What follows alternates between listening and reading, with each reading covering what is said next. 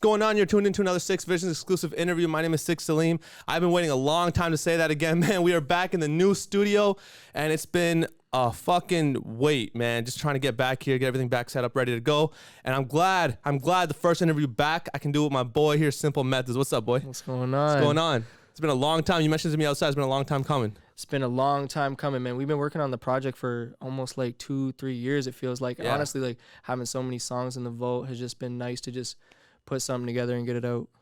And man, I think it's one of those situations that you can talk about where it's worth the wait.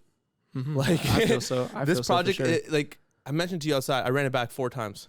That was crazy. The beauty about this is only 25 minutes. Yeah. It's only 25 minutes, bro. I ran it back 4 times, and in 2 hour span, like I soaked in information, new information, I should say, every single time I ran it back. Let's start talking about the whole project because I want to get right into this right away, man. Like, there's what, 8 songs on there, 9 songs on there, Nine for sure. I don't know. I kind of want to break down each song because when I heard this, correct me if I'm wrong. When I heard this, it was almost a journey. I heard, right? For so the sure. start, it was like from the bottom. By the time Snotty Nose comes on, it's the outro. You're talking my shit at the top. Yeah. Right. And then the feel is it too, man. It's got the boom bap style. I heard Lil Baby style in there. Okay, I heard a lot of different shit. I even heard Logic. I could say we go everywhere for sure. heard Like different types of beats, different types of like tunes. Yeah. So let's start with the top one, man. Let's start No Budging, because this one, I heard this one I think last year or something like that. You were working on it. At Avius's, yeah. I mentioned Avius on here quite a bit. That's and fine. so Shout out to Avius. you're working on it with Avius in the studio. I just want to know the process because when I heard the beat, it came on. It reminded me of a Kanye beat. Mm-hmm. So we were making a whole different track, and then Avius went on like a little. He rerouted and went on and put the sample for No Budging. Okay. And immediately I was like, "Fuck what we were doing, let's go do that." And then we started working that, and then it just blossomed to something so crazy. And pretty much like No Budging at his place was one take. Like that was just, we just went crazy real quick. I think we were at the end of the session too, and it was just, did it real quick, and then I almost forgot about it for a bit until we listened back to it. It was almost a freestyle, I think, because I remember being in the room or coming in and out of the room, and you were rapping on that, and even Avius himself was like, "Dude, listen to this. He did this in one take." Mm-hmm. Yeah, for sure. And then we revisited it like almost 2 years, because I feel like that was a long time ago. Like maybe it wasn't, but I really feel like it was. And we revisited it at Siegs' house, and I dropped the second verse on there. And then we kind of just engineered it. I knew it had to be the intro though, because immediately when it starts off, I'm talking like my shit right away, like from the get-go. Yeah.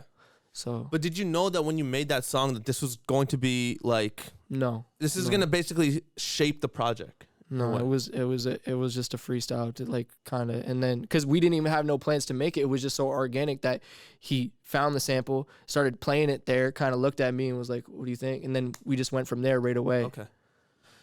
It's one of those songs where because you're not rapping at the beginning, you're just kind of talking through it, right? It's one of those. I mean, I can still say it's a song basically. It kind of sets the whole mood.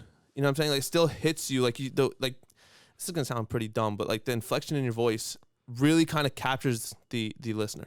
Yeah. You know what I'm saying? That's cool. Like that's one of my favorite songs on there. It's what, a minute long, 2 minutes long? It's not even long. No, because like the beginning where I'm talking shit wasn't really on there, but me and Siegs we were recording like just regular stuff, just having like a bunch of sessions, and then he was just playing it. It was probably like the 5th time he played the beat, and we were just trying to record. And then I just started talking shit. By that point, I didn't even care that we were recording. I just started talking shit, and we ended up keeping it in there. Right. And then that was it. Okay, so then the next song, Guarantee. Yeah, Guarantee, for sure. That's a song that, to me, I'm going to pull it up on my phone. I can't see that fucking far out. No, Guarantee, man, that's like, and what's crazy about Guarantee is I wrote it in an hour. Okay. Like it was like a quick, right? Like it was so easy to write it that I didn't even have to like try and sit down and break down the lyricism and try to get a rhyme pattern. No, it was just like, it just wrote itself, and then it was just the tune. And like one of my close friends really, really likes that one, and he really likes when I say, "Bitch, don't stand close to me." Yeah. That's his motto. If we're anywhere, bitch, don't stand close to me. I kind of like the whole it sounds similar. I'm gonna play a little bit if it's cool. Just play on here. See if we get into the mic here. That's all. There you go. Right away, I get Kanye vibes too from this. From this? Was Kanye kind of like the beat in itself? Was Kanye a big inspiration on this project? I don't know. I really like Kanye. And shout out to my little brother. He really likes Kanye too, man. Okay. A lot. But Kanye is one of the most inspirational artists, so it's hard to not like Kanye. But no, for this one, no. This is just me getting into my feelings, basically. And when you're yelling, though, like, okay, I wanted to talk about the recording before I move on to the project. The recording in itself, because even, like, I can just picture you in the booth just, like, tuning into the mic and just kind of screaming your lungs out, bro. Because, like, it's not easy. It's not easy to record with, like, energy. You feel me? No, okay, so this one we actually recorded at Mad. The only time I've ever recorded at Mad, and I recorded it with Kid. Okay. And that was the only time I've never punched in until Guarantee. I've never punched in my bars. I always just... You one take it, everything? Pretty much. Like, Holy this guy shit. he hits record, and then I just record. Like, it's it's nothing, like, too crazy. But that one I actually punched in, and it was... I feel like it actually suited that song because I was punching in, I could have more emphasis on every bar, and I really got to just kind of like basically yell. Yeah, because it's like the energy in the song itself. Like when I say yelling, I mean like the way you're kind of rapping. It's like it's almost like old Eminem in a way. I'm just speaking my mind. Let my like.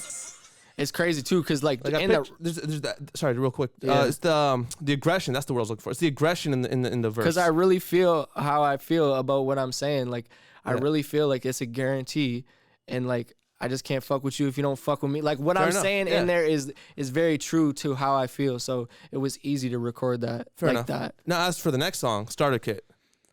Okay, this is more of a Lil Baby groove vibe. You think so? I think so. I personally, I feel I got Lil Baby out of here real quick. Yeah, no, for me, that was, the whole thing was, it was actually supposed to have features on it and it ended up not because I just kind of went crazy in writing. But that whole song was, to me, was just basically saying, like, I know I'm a unique individual and, like, basically other people don't have what I have and I should be appreciative for that. And then I wanted to make kind of like almost like a hoop inspiration song where we're just like, I really feel like when I put on that I should be shooting in a gym somewhere. Like I should be just showing them, like, I can't shoot that well, but if I could shoot well, that's what song I would be playing. Fair enough. Now, Days I Won't Forget, it's more of a sentimental value. One of my favorite songs on there for sure because of everything. Like I feel like that is like a prime example of being able to take someone back into how I grew up. Like even like Karl Malone, I talk about Karl Malone not rocking Jordans. Yeah. You'll never see him in pictures with Jordans because Karl Malone, he don't rock Jordans.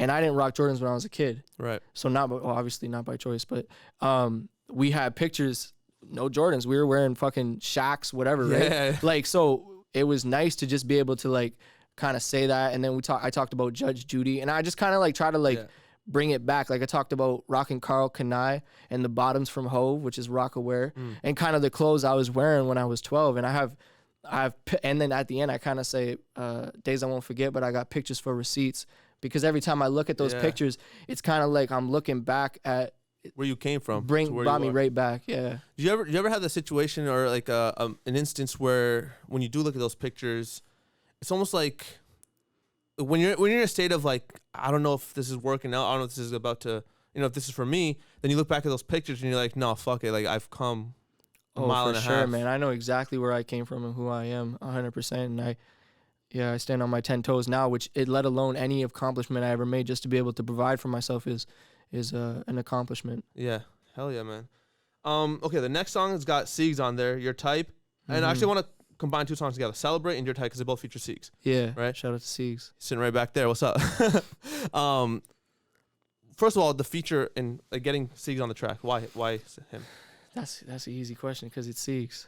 That's an easy question. Yeah, like he's with me through every kind of endeavor that's like music-wise, right? Like we've been pushing each other for what feels like forever now, that just back and forth, right? Like just pushing each other to get better and, you know what I mean, not settle. And like there is no cap or limitation to what we're trying to achieve, because you can always get better. So, and plus when we're doing this together, you know what I mean? Like I helped him with his project and now he helped me with mine a ton, right? Like I don't think I'd be able to put this project out without him. Right. So to have him on the project, and he's spitting his shit. So yeah, fair enough. He's saying what he's Celebrate's my favorite song on the whole thing though. Really? Celebrate's my favorite track. Though I was like bopping to it, vibing to it. And the moment you said the hook came in, I was like, oh shit. That's a freestyle like, too. Very loud, just screamed, oh shit. It was sick. Yeah. Okay. Now when the sun comes up. Yeah, When the Sun Comes Up, I think that's a hit right there, man. Because sorry, real quick, would you say this is more of one of those like coming out of the darkness type songs? You know what I'm saying? Like, is that the metaphor like you went for? When the Sun Comes Up is perfect, and we actually shot a music video for it, and I'm in the process of editing it right now, and I feel like When the Sun Comes Up is perfect for when you're just cruising at night. You got the windows open, and you're listening to that song, because that song just really speaks to like a nighttime vibe, and it's just fair enough. Only You. This one's got Rico on there. Shout out to Rico. This is more of a love beast, song, man. would you say? Yeah, well, yeah, and then I talk my shit too. Yeah, and I just talk about my experiences. You know what I mean? But no, Only You is kind of like, well, I'm married, right? So I chose to be with one person. So I kind of like I wrote to Only You, and then I had a session with Rico, and he just floated and vibed perfectly with the song. So it worked out. Yeah. And then obviously the last song, Snotty Nose. Yeah, I wanted, no matter what, I didn't care what was there. I wanted, no matter what, me to go out rapping. I didn't want no hook. I didn't want nothing. I just really wanted to spit and just really kind of prove that I have the lyrical ability. And you did, bro. And the reason I really think that works super well as the outro is because if you start from No Budgin', it, again, has that more of a boom bap style kind of thing to it, right? And then you kind of end on the same note. Yeah, you know what I mean? Yeah. I think Snotty Nose got that boom bap style to it personally. For sure. It's like a full circle, the complete package. Yeah. And it shows the growth. Like, it's so weird. I'm probably just talking out of my ass here, but what I took away from it personally was you started from, like I said, story. Right. Yeah. So besides the whole style of boom bap, whatever, your story ends where you kind of started. Do you know what I'm saying? Right. On the project, but still shows your growth. Am I making any sense No, here? that makes sense. That makes sense. No, because I like that too. How I end, how I start, because No Budgin' and Snotty Nose are very similar. So this is your first major project or first project? This is my first project. First project, yeah. Because everything else is a single. I guess stuff, you right? could say, like, I was on pretty much every song on Kendall's project. Right. You're under your own name though. Like, this is the first one under Simple Methods. Yeah, under me. Yeah. The project, to me, again, I think is one of those crazy debut projects. Like, you remember when Kendrick came out with Good Kid, Mad City? Kendrick, that's crazy. Yeah. Like, you know what I'm saying? Yeah. Like, I'm talking, I don't mean any disrespect by this, obviously. I'm talking about in the local scene, the local area from, like, obviously where we are. This is one of those projects to me that came hitting super hard as a debut project. I appreciate that. I mean, we worked really hard to make sure that, like, because we have so many songs, but it was very hard to, like, limit, right? Like, because if we're being real, I wanted to put out 25 songs. Yeah. But it's very hard to pick and choose what you want to be there to be able to tell your story. Right. And kind of, like, select the best ones that say that story. Right. Did Kendall produce the whole project? Yeah, I'd say damn near like 80%. Okay. I said this to Josh, and I said this to Siegs as well when I interviewed them, that you guys remind me of Brockhampton. I remember you saying that. Yeah. And the reason is because obviously the work ethic. And when I listened to this project, man, just seeing Siegs' name, even on as a feature, let alone the production side, as a feature, and even seeing Rico on there, what made you want to not include, let's say, Josh or like any other members that you guys kind of worked with and built up this this group with, basically? To be honest, it was like first we had to pick the songs that we had to pick, right? And then we had to, like, so we picked those songs, and it just happened to be them. Like, no disrespect to nobody, right? It was just, that's what happened to work out. And to be honest, like, for the most part, besides like Rico and Josh, it's really just mostly me and Siegs that are making music together, right? Right. So we always run it back. Yeah.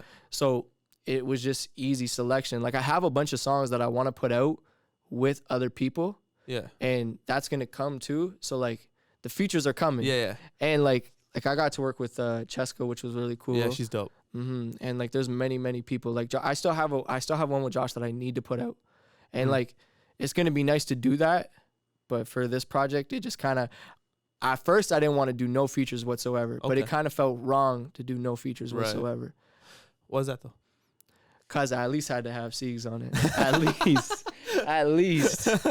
Fair. At least. But the reason I even asked that question was because a lot of times artists get a little salty when this type of shit happens. It's like, oh, I made a song with so-and-so, but they didn't put me on their project. You know what I'm saying? I mean, this is not going to be my last project. This is just my first. And you know what? This kind of made me hungry to put out more projects because, like it is just so fun to be able to tell a story through a project that is, I wouldn't feel right to just like, we just got our foot on the gas kind of thing. Yeah. Why take it off? We're about to go faster. Absolutely. So like, it's going to be nice to be able to put more music out. Yeah. And that's what I'm really waiting on. And like, I have so many like songs that it's so hard to differentiate whether to put them out as singles or as projects, but the features are going to be there. And there's a lot of people who I haven't been able to work with yet that I would like to work with. You want to name some? Well, I would. You don't have to. No, you don't have to. You don't have to. No, but like, I definitely like, Cheska was one of them for sure. And I got to, but like, I want to lock in with her more. I want to lock in with Rico more. Yeah. I have people that I grew up with that I also want to put out there, right? Yeah. Like, absolutely. There's people that like I got songs with that I already locked in with and haven't been able to put them out. Right. Like some, like I have one with this guy named Jonesy. He went crazy. Yeah. And we have a few. Like, we could probably put out a whole EP just me and him. Yeah. So for us to get there, we got to get there. No, fair enough, man.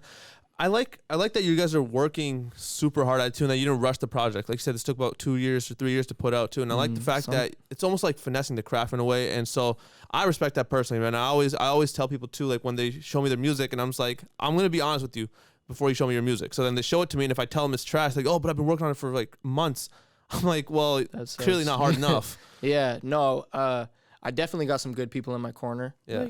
Like I got the right people in my corner that'll tell me like, nah, this ain't it, or this is it, and kind of just keep me like humbled, and you know what I mean, keep me guided a little bit. You need that, bro. You need that. Yeah, I don't want nobody blowing smoke out my ass. No, definitely. No. And I'm not either when I say this was a fucking phenomenal project, dude. I fucking love this shit. So, all right, let's move on to the next part, and I want to talk about, like you mentioned when we were talking about Only You, how you're married, right? And I know some people who not only get into relationships, but even when they are getting married and stuff, they kind of stop on what they're doing because they say they can't balance both, right? Yeah. How do you do that? How do you manage to balance both? Like, be married at such a young age and not let it affect your craft? First of all, I've been with my girl for what feels like forever, since I became an adult. Right? Since I was legally able to vote, I've been fucking with her. So, and she's a music head too, which allows me to just do what I want to do. And if I wasn't in that type of situation, maybe I'd feel that way, but I don't even think about stuff like that. Like, for me, she's the one in the studio kind of like supporting me, pushing me. Like, she's literally probably my biggest fan, you know what I'm saying?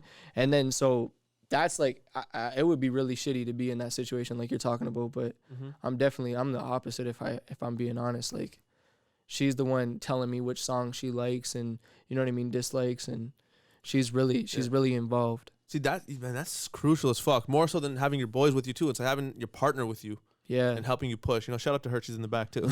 Yeah, for sure. Always with it's me. One of those things where it's like, you've had a rough ass day. You want to make some music. You come home. Your girl's bitching at you about not being able to, you know, help around the house and all that shit. So you got to stop putting that away. It's good that you have that support system there, you know? Yeah. And like, it helps that the person I work on music with the most is Siegs.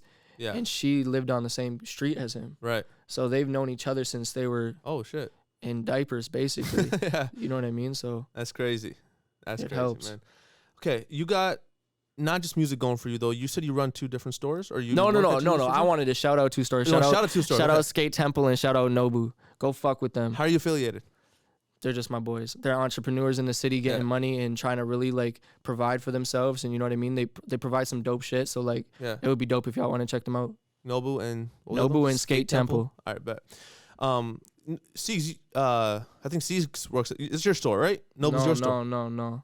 It's not. You was promoting that too, because I thought it was. Yeah, because you gotta promote your homie shit. No, right? I don't know if he like owned that or nothing. No. I was there, like I worked for them. Okay. Like at the store for them, because they're like my homies from like a really long time Got ago. you. Okay. And we're always gonna support entrepreneurs. Well, absolutely, man. Actually, what's your take on that though? Like, supporting your a friend's business in terms of like payment. Like, they have a whole store, so it makes sense you pay for your services and stuff like that. But let's say your boy comes up to you, yo, give me, like, I want a feature. Yeah. You do it for free, or you charge him? You have to do it for free. Do it for free? Yeah. Now, what if somebody comes to you and says, yo, I got like a wedding videography business. Yo, can you shoot my wedding? Yeah, I mean, like at the end of the day, obviously too, you know who's close to you and you know who you would give your services for, but like for the most part, I mean, you can draw lines in the sand, right? Like for who is privy to that and who's not. Of course. But Yeah, for the most part, whoever's in your immediate circle, that's it's a green light. Yeah. See, I'm kind of like that way where it's like I'll do shit for my close friends and family for free, and if it's somebody I don't really know, whatever, it's like sure, this is my rate. But people are like, bro, you gotta charge regardless, and I'm like, I don't. You draw lines in the sand, and for the people that you fuck with, you gotta fuck with them forever. So like, absolutely, and it's not it's a two-way street, right? Like you're always gonna back and forth, and you know what I mean. You gotta support your homies' hustles. No, I agree. Now, aside from music, what keeps you going? I mean, I got a little baby now. That's crazy. Shit! Congrats. Yeah, I got a little baby now. She's awesome. Really just playing my 2K, playing. You know what I mean? Getting out there, getting physical. You know what I mean? I like to write a lot. Like I've probably been writing since I was like, man, I want to say like 11 or 12. Like I remember I was writing back before Facebook was Facebook, when we had MySpace. Yeah. And I was posting my lyrics to MySpace, right? Yeah. But I had no like comprehension of like what to write about. So I was writing about the craziest stuff that I had no idea about. So you got to imagine I'm 12 rapping about pussy, everything. You know what I mean? Like rapping about shit that I had no idea about. Right. And my dad, who raised me, my stepfather, brought me upstairs, and he actually had a local battle rapper who used to go crazy. And they brought me upstairs and sat me down and like kind of pulled up my MySpace and checked me and said like, what's going on with this? They're like, and then taught me a valuable lesson at a young age that, listen, you gotta rap what you know. If you're, because if you're not speaking from your experiences, then what are you speaking for? Right. So like from there, and then I just kind of fell in love with writing. But when you write shit that's like true to you, it's so much easier to write. So I continuously wrote. So that's a big pastime for myself, is just writing. Even if I don't like put it to a mic, just keeping the pen sharp, eh? Yeah, making sure. It's almost like a daily workout. Like I make sure that I'm writing. Hell yeah. That's actually a good point that you mentioned, the lesson about keeping it in a way where you rap what you know. You have to. You can't be a capper. But can you differentiate between a song that's made just for hype versus a song that's made for like a real experience? Do you get what I'm saying? Yeah, I mean, I'm not one of the individuals that would rap for hype. Like I know what you're trying to say, like to make a song. Yeah, but I can rap for hype and it still be true to me. Right. And then if people fuck with it, they fuck with it. If they don't, then that's their. And who'd you listen to growing up? If you want the rundown, so I got taught at a young age. My stepdad is really, really big into like rap and hip hop, and he taught me at a young age like all the greats. First of all, so like he pretty much told me, I don't know if you remember LimeWire, obviously. Of course. So he made me download the 1,000 greatest hits of hip hop and rap. Oh shit! And I listened to him. Like I used to have the little MP3. Yeah. That was the only thing I had on there, so I would constantly. So then from there, I really like. I kind of float because I really like the rap assassins like Big L. Yeah. I really fuck with Big L. I really fuck with Jay-Z. Yeah. But then I find myself, because there's so much music to like, I find myself floating to the Lil Babies now because they're just so talented. It's hard not to. Yeah. And then also I kind of like old music. Like I really, really like 70s R&B. Oh, wow. Okay. Like me and my brother have a competition who can find like the doper old song. Yeah. Because though we grew up with like rap, like my first CD was 50 Cent. Okay. Which one? So The Massacre. Gotcha. So like that's kind of like I'm young, right? So that's who I grew up on.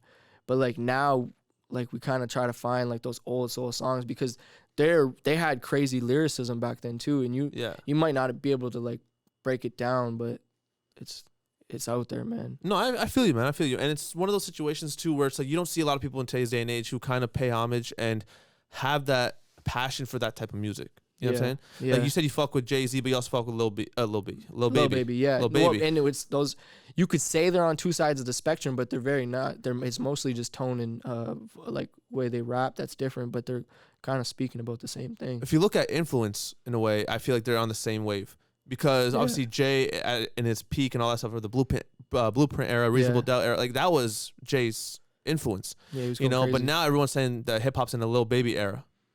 You know what I'm saying? I mean, I think it's in wherever you're searching, because there's still people to this day like that appreciate Locks. There's still people that appreciate Dipset. Like real hip hop heads are always gonna know real hip hop. And I'm not saying that real hip hop is not Lil Baby, but like there's so much, you can't limit the category. Obviously, what gets played on the top charts is a certain thing, but like for hip hop to be hip hop, you still need the Jadakisses, you still need the Styles P's, like you need those guys. You still need Benny the Butcher, like you need them, like them folks that like really like go crazy, because that's just important. And that's what I really fuck with. Like obviously. You can't discredit Eminem. You can't discredit anybody because, like, they're just going crazy. And I really like 8 Ball and MJG.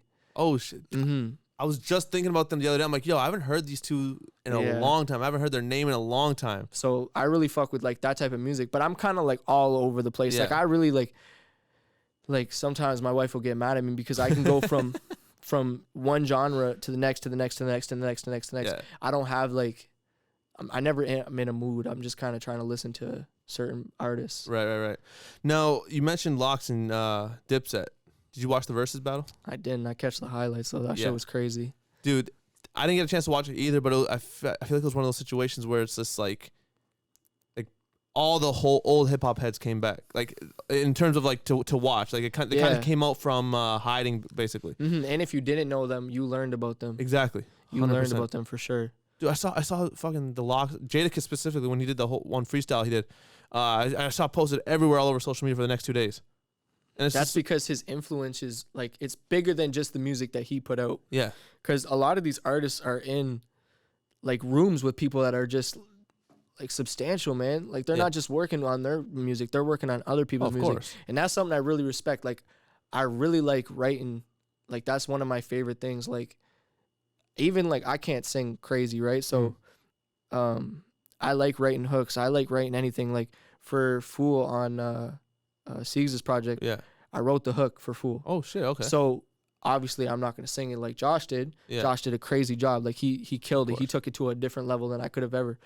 But for me to just be able to like be like on that type of mode and do that is important for me, because it's something that all the greats kind of do. Like they're very much influential in different rooms.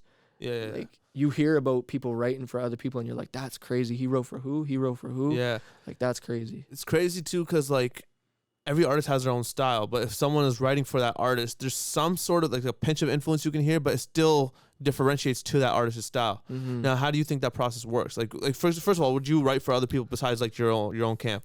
Yeah, for sure. 100%. You'd be okay being a ghostwriter? 100%. How do you feel? Like raps only or songs? Anything.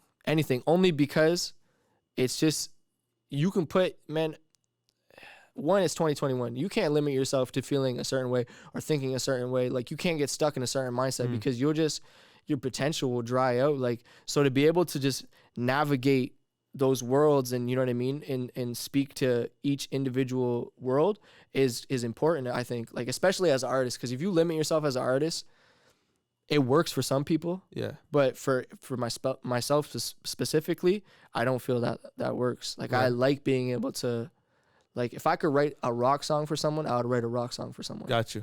If I could write a country song, I write a country song. I don't have a preference in who I write for. Right. But what I meant by that is like, you know how people say there's this whole conversation in hip hop about ghostwriters and all that shit. Who gives a fuck? Who gives a fuck?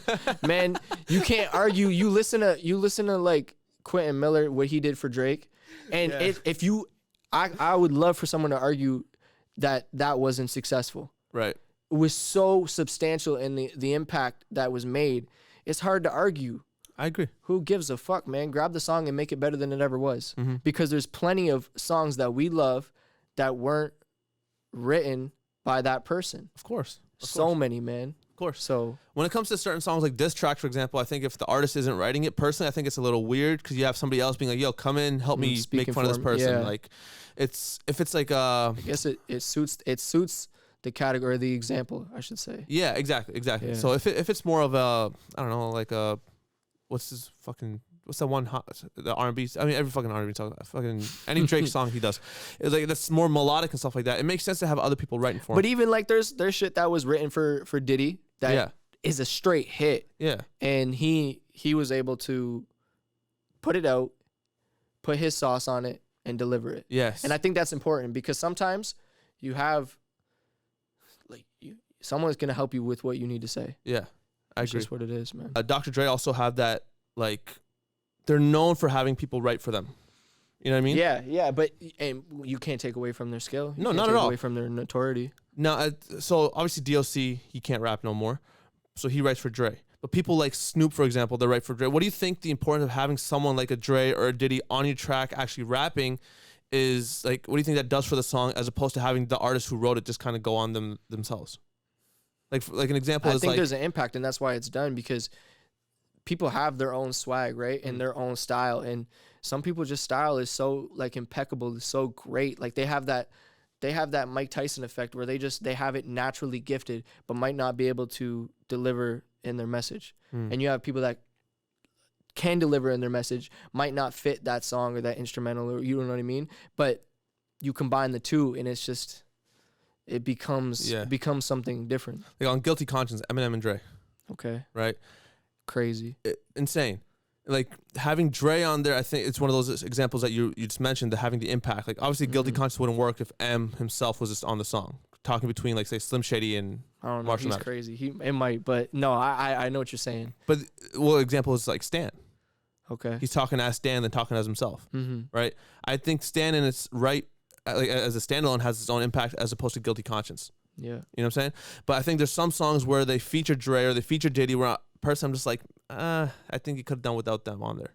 Okay. You know what I mean? Like they would have worked more on the production side as opposed to having an actual verse on the song. Yeah, I understand what you're saying. Yeah. So I think it's like you said, it has the impact, but also it's like, I mean, personally, this is all personally to me. It's like, it's kind of makes no sense to have that person on the song as opposed to just giving it to another artist or getting someone who actually does write their own shit. Yeah, I Feel me? guess. But if you gave someone like if you gave me two versions, you gave me the no disrespect to Quentin Miller and his work, but if you gave me that version and you gave me Drake's version, Yeah. I don't give a fuck who you are. I'm picking Drake's version. Like, Right. you're always picking Drake's version because he delivered crazy. Yeah. And like when I go back and look through like certain like credits and stuff, and you see whose body, you know what? Another thing too is the verses. The verses really shined on because people would play songs that aren't theirs, and you're like, why are they playing this song? But then you Right. realize they had a huge part in it.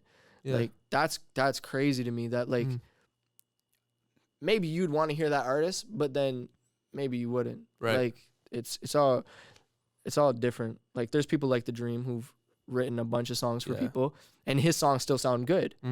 But it's all how it works out, man. Fair enough, man.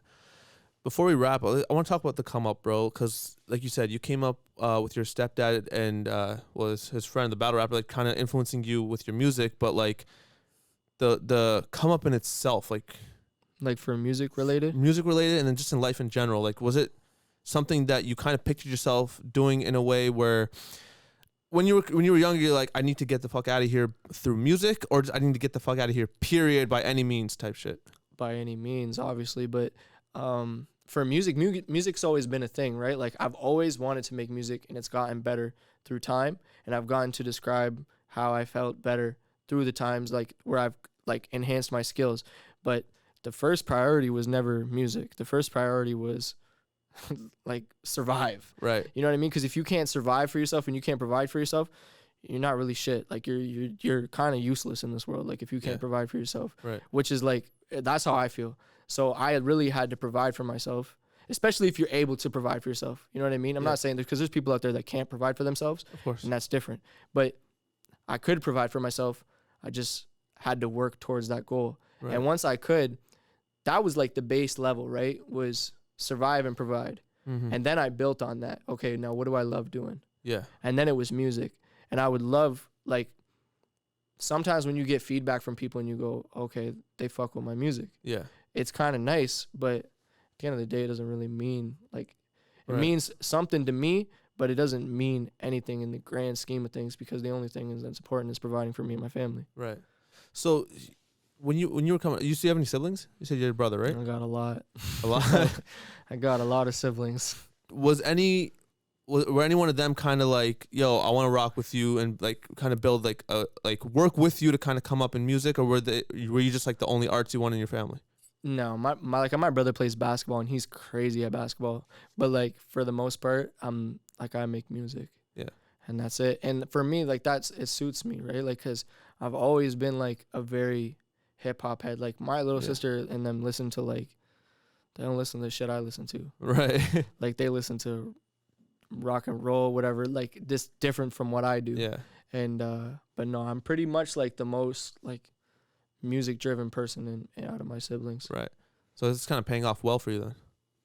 Yeah, like I hopefully, like really, like we're just trying to put out more music. Like I really can't wait to show people what we got, because this project, for the most part, the songs are almost outdated now. Right. Like when we were ready to put it out, like guarantee, man, that feels like it was forever ago. And to the point that like my boy, he kept telling me, yo, when you put it out, when you put it out, I'm like, it's gonna come out, it's gonna come out. And then I put it out, and he was like, man, he's like, I've been waiting for that song a year and a half ago. Yeah. So, and that just speaks volumes to where I'm at right now, because of the music I'm at right now. What I want to put out is substantially better and substantially different. Yeah. And like one thing I really like about working with Sigs is that we don't put a limit on what we make musically. Right. Like you said, it's all over the place on the project. Mm-hmm. It's not just one genre. We're all over the place. And I think it's because I work with him and we work together that we don't put limitations on ourselves. We're not like, hey, you're just a trap producer. Right. I'm just a boom bap rapper. No. Yeah.